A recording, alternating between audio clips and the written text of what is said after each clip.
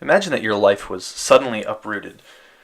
Where do you think you would go? Would you talk to your friends or family first? Would you try and bring any belongings? Would you run or would you hide?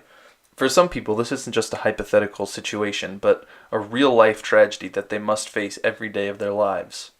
Today, an unprecedented 65.3 million people around the world have been forced from their homes. Among them are nearly 21.3 million refugees, over half of whom are under the age of 18. These people are forced from the places they were born and grew up, trying to find a place to stay in a new country somewhere far around the world. These wandering refugees and immigrants are an unfortunate result of wars taking place in countries all over the world. At the beginning of the 20th century, only 10 to 15% of those who were killed during war were civilians. During World War II, this number grew to over 50%, and by the end of the 20th century, over 75% of the people killed during wartime were civilians. These wars continue to rage today and are displacing many people around the world, leading to a global refugee crisis that politicians and activists alike are struggling to understand. The game we are proposing will help players understand what makes a refugee and the conditions under which people have become refugees and live in every day. Thanks to the extensive research we have done, we hope to convey the reality of wartime situations and what it is like to live as a civilian under the harsh conditions that make up the day-to-day struggles of people affected by war. We won't necessarily be able to solve any of the immediate problems with our serious game, but hopefully cultivate empathy for people who may not fully understand the reality of a refugee fleeing a war-torn country. The audience we are hoping to reach with this game is young adults aged 18 to 24 who may be active voters or interested in going into the military service.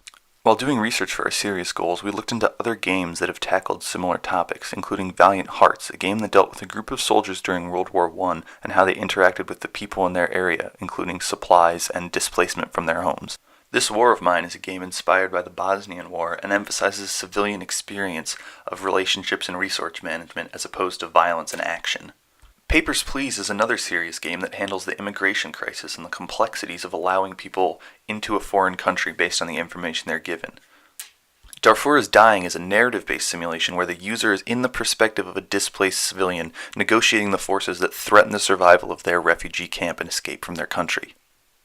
And although Spec Ops: The Line is a traditional third-person shooter set in the Middle East, its narrative deals with the consequences of a military presence in a civilian area and how these relationships can be complicated and effective of the psychology for everyone involved. We hope to represent these lessons in our game, which we pitch as a game about war, but not necessarily a traditional war game. We have designed War Zones as a serious board game for 2 to 4 players and hope that it hits on the larger goals of drawing attention to the bigger issues of the refugee crisis in the Middle East, while emphasizing the unpredictability of daily lives for people who may be living in refugee camps or fleeing their country, as well as accurately representing the hardships that face these people every day. In one standard round of play for War Zones, the group of players work together to move forward on the board, which represents one day in the life of a refugee. They start in the morning and move forward through an abandoned area, hopefully ending the day at a refugee camp where they'll be able to refill their supplies and health. These mechanics will be driven by cards that each player draws in their turns. Encounters might include soldiers or rabid dogs that affect players' healths. Events include sandstorms and other things that damage the area they're in, and players can also draw supply cards, which help advance on the board. Supplies are indicative of things like food and water that refugees need to survive. At the end of the day, there must be enough supplies within the team for every single member, or the group cannot advance. Likewise, the group will share a pool of health points based on the total number of players. This health can be damaged by events like falling debris and encounters with thieves, and if it ever reaches 0, the group is faced with a game over. Each individual player advances one space at a time by rolling dice and drawing random cards that match up with the numbers shown on their dice.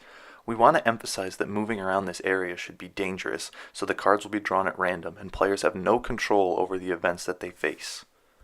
Players need to work together and share supplies to make it to the end of the game, which will be decided by a number of days they have to survive, decided at the beginning.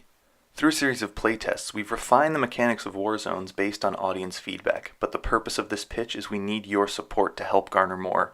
We want to produce a high-quality board, figures, and cards to help test with more playtest settings this summer.